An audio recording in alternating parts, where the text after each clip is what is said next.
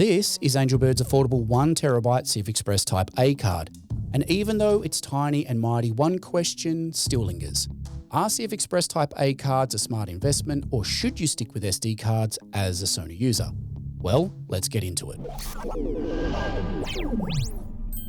Inflation is real, so if you act on bad advice, it can cost you a small fortune. Luckily, early on in my career, Don McAlpine gave me some much needed advice. He said, "Don't get caught up in owning camera gear. It's an expensive trap. Only buy what you need, rent the rest, and save your money for rainy days." That was then, and this is now. And the technology we use has most certainly changed. For a long time now, producers haven't had to buy film stock, pushing the cost of these little guys off onto rental houses and owner ops, meaning the cost, size, and performance of media cards is super important to us. And up until now, Sony has held a quasi-monopoly on this type of card. Even now, Sony's pricing chokehold ransoms off their 640GB CFexpress Type A tough cards for a whopping $999 pre-tax. And the competition, well, they're no better either. Wyze, Delkin, ProGrade, and Exosens Type A cards, all being smaller in capacity and for the most part are slower in peak and sustained read and write speeds. In comparison to this guy, Angelbird's $499 1TB 50¢ per gigabyte CFexpress Type A card.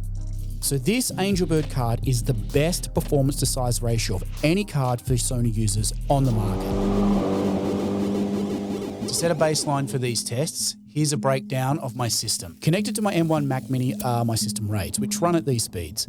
And with the promise of 820 read and 730 meg per second write, I'm hoping to see some impressive numbers across these tests. Now these speeds will fluctuate, but the minimum sustained write speed we should see is around 650 meg, even if the card's full. But first, let's check to make sure it isn't faulty or has any bad sectors. As you can see, the card has passed verification. We can now trust the card's smart status. Now we can use Blackmagic Design's disk speed test to verify exactly how fast this card is. The empty card scored 750 read and 850-ish megabytes per second when writing. But as these are not real-world results, I shot a test pattern. The test pattern has 0 duplicate frames, flashing colors, and sub-patterns, and it forces the codec into the highest data rate possible. When recording in 4K 10-bit XAVC Intra 100p at 600 megabytes per second, the card did not overheat, did not drop frames, and it recorded for the entire 1TB, sustaining the 600 megabyte data rate. So this card outperforms what the FX6 can output. Using an Angelbird CFexpress Type A card reader, I was able to offload a verified copy in 27 minutes and 20 seconds. That equates to 700 meg of sustained read and write speeds across the entire 1TB. In both the read and write tests, Angelbird Stable Stream is a big part of how this card delivers this to you. Stable Stream's built into the card's hardware and software. It then manages the data to ensure the card's buffers cleared as quickly as possible. For us video shooters, this means 0 bottlenecks. Photographers, your card's buffer will clear faster. And for DITs, you'll get the fastest possible offloading speeds. And is part of why Angelbird cards are considered the industry benchmark and are the partnered brand with Arri and Red.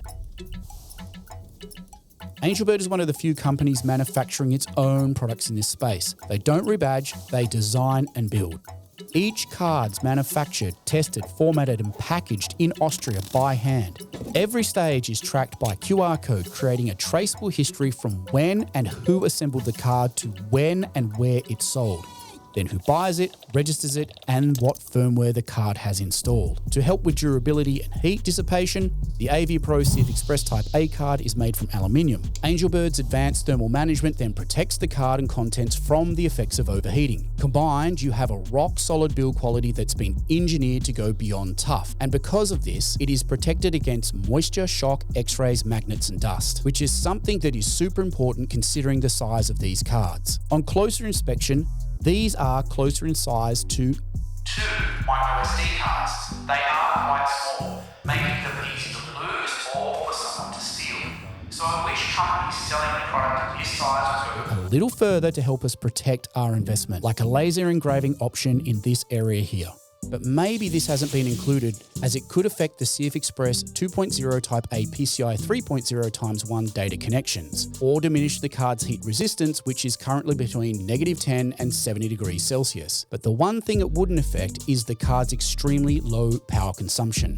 All of these benefits combine to find the extremely high quality these cards are manufactured to. But there is one thing I would like to give to Angelbird as feedback in this video. I do understand that currently there is only a 1 terabyte option of this card, but as a professional filmmaker, I just wish media cards were color coded to size and these colors were standardized across the industry. And it would be great to see Angelbird lead this into the future. The only perceivable downsides of this card are, first, they only work with a limited range of Sony cameras, and second, you need an Angelbird card reader to firmware update them. At €107 for a card reader, I can understand why some customers are opposed to that. But for me, I love the super premium made in Austria build quality. On the flip side, I also believe that customers should have the choice without being locked out of services. But as an Apple user, I absolutely understand the benefits of an enclosed system and the safety that provides. So whether this is a negative or a positive for you is something you will have to make a decision on yourself.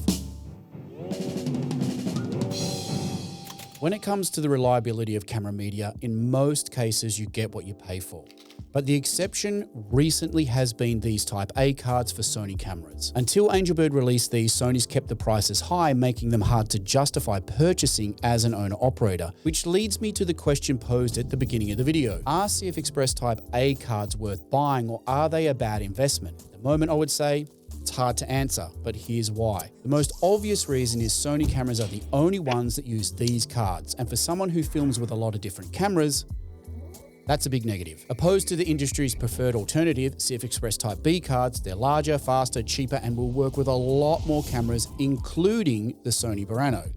Even SD and CFast cards are a lot more usable, and they will work with multiple brands of cameras, as does the Ninja 5 or Ultra, which start at $350 and uses super cheap SSDs. But here's where it gets confusing when planning for a future with Sony. The new Sony A9 III with its global shutter, which on paper looks like a stellar hybrid camera, still uses these CFexpress Type A cards. And with every other camera manufacturer at the time of writing this predominantly using CFexpress Type B and SD cards, you could be painting yourself into an investment corner if you decide to brand switch later or upgrade to the Burano. So, the only way I can recommend you buy CFexpress Type A cards is if you're entrenched in the mid-tier or lower Sony ecosystem.